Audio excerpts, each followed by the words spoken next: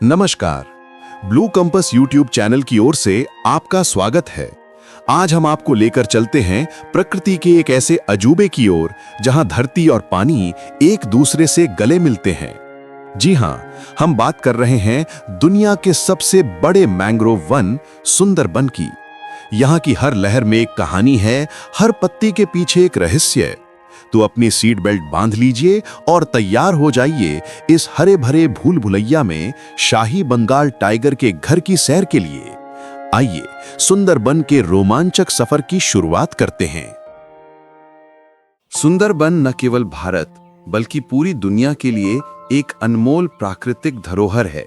ये विशाल क्षेत्र गंगा, ब्रह्मपुत्र और मेघना नदियों के डेल्टा पर फैला हुआ है और दुनिया का सबसे बड़ा मैंग्रोव वन है। इसकी सबसे बड़ी पहचान है यहाँ के घने दलदली वन जो खारे पानी में पनपते हैं। ये प्रकृति की अद्भुत कारीगरी है। सुंदरबन को भारत और बांग्लादेश दोनों में यूनेस्को विश्व धरोहर स्थल का दर्जा प्राप्त है। ये जगह अपने खतरनाक और शानदार शिकारी शाही बंगाल टाइगर यानी रॉयल बंगाल टाइगर के लिए प्रसिद्ध है, जिसने इस क्षेत्र को अपना घर बनाया है।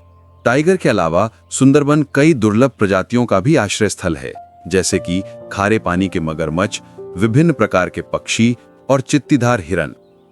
सुंदरबन सिर्फ एक जंगल नहीं है, ये एक गतिशील पारिस्थितिकी तंत्र है जहां जीवन और मृत्यु का चक्र ज्वार भाटे की लय पर चलता है। ये हमें प्रकृति की शक्ति और सुंदरता का एक अद्भुत अनुभव कराता है।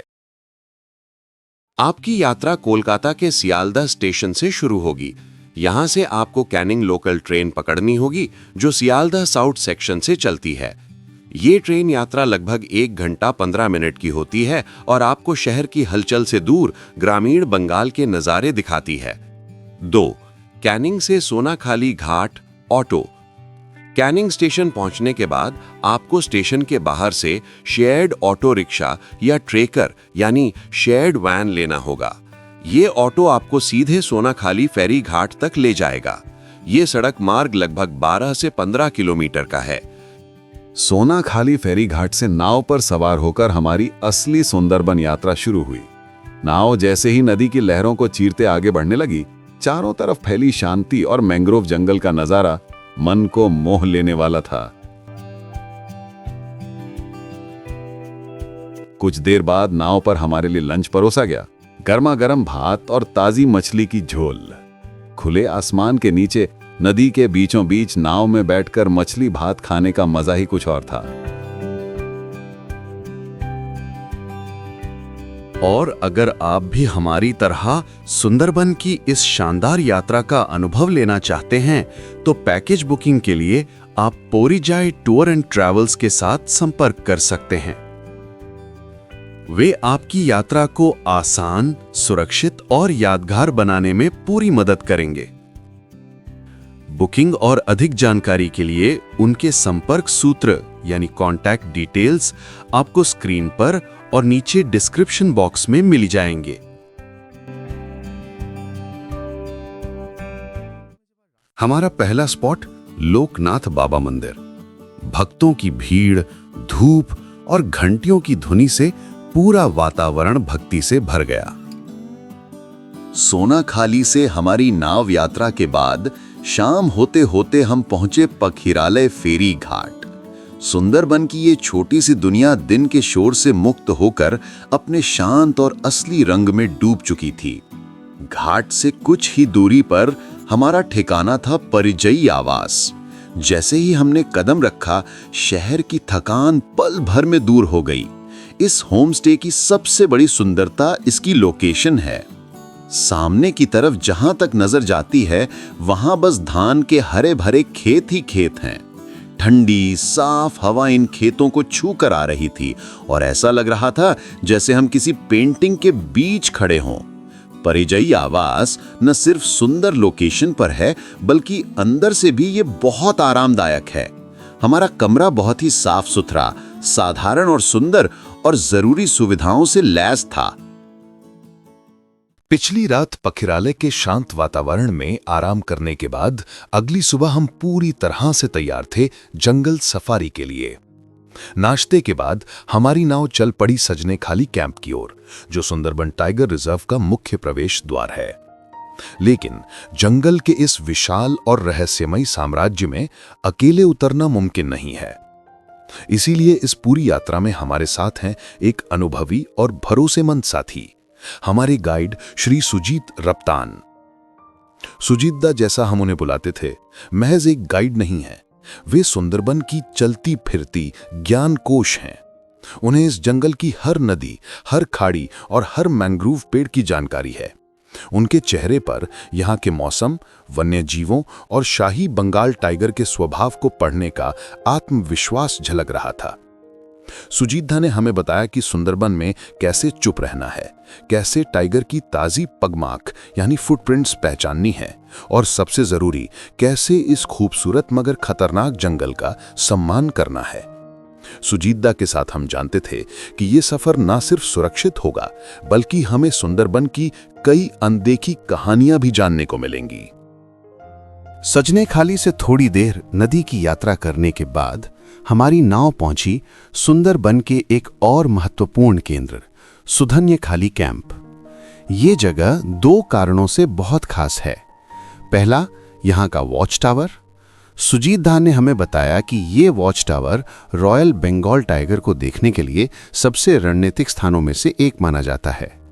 यहाँ एक तालाब है जहाँ टाइगर अक्सर प्यास बुझाने के लिए आते हैं। और दूसरी खास बात है बन देवी मंदिर। सुंदरबन के जंगल और यहाँ के लोग बन देवी को इस जंगल की अधिष्ठात्री देवी मानते हैं। उन्हें ये विश्वास है कि ये देवी ही जंगल के भीतर उनकी और मछुआरों की रक्षा करती हैं। सुधन्या खाली से चलकर हमारी नाव अब जंगल के और गहरे अंदरूनी हिस्सों में प्रवेश कर रही थी। हमारा अगला और सबसे रोमांचक पड़ाव था डोबांकी कैंप। ये कैंप जंगल के इतने भीतर है कि यहाँ की चुप्पी और हरियाली मन में एक अलग ही रोमांच पैदा करती है। डोबांकी की सबसे बड़ी पहचान है इसका कैनपी वॉक। ये लगभग 500 मीटर लंबा कंक्रीट का एक ऊंचा रास्ता है जो हमें सीधे मैंग्रोव पेड़ों के स्तर पर ले जाता है। चारों ओर जाली की मजबूत फेंसिंग की गई है, जिससे हम पूरी तरह सुरक्षित रहते हुए जंगल को करीब से महसूस कर सकते हैं। और यहीं इस शांति के बीच हमने देखा सुंदरबन का एक खूबसूरत नजारा। वॉच टावर के पास हमने चित्तीदार हिरणों यानी स्पॉटेड डियर को देखा, जो बेफिक्र होकर घास चर रहे थे। उन्हें देखना एक अविस्मरणीय अनुभव था।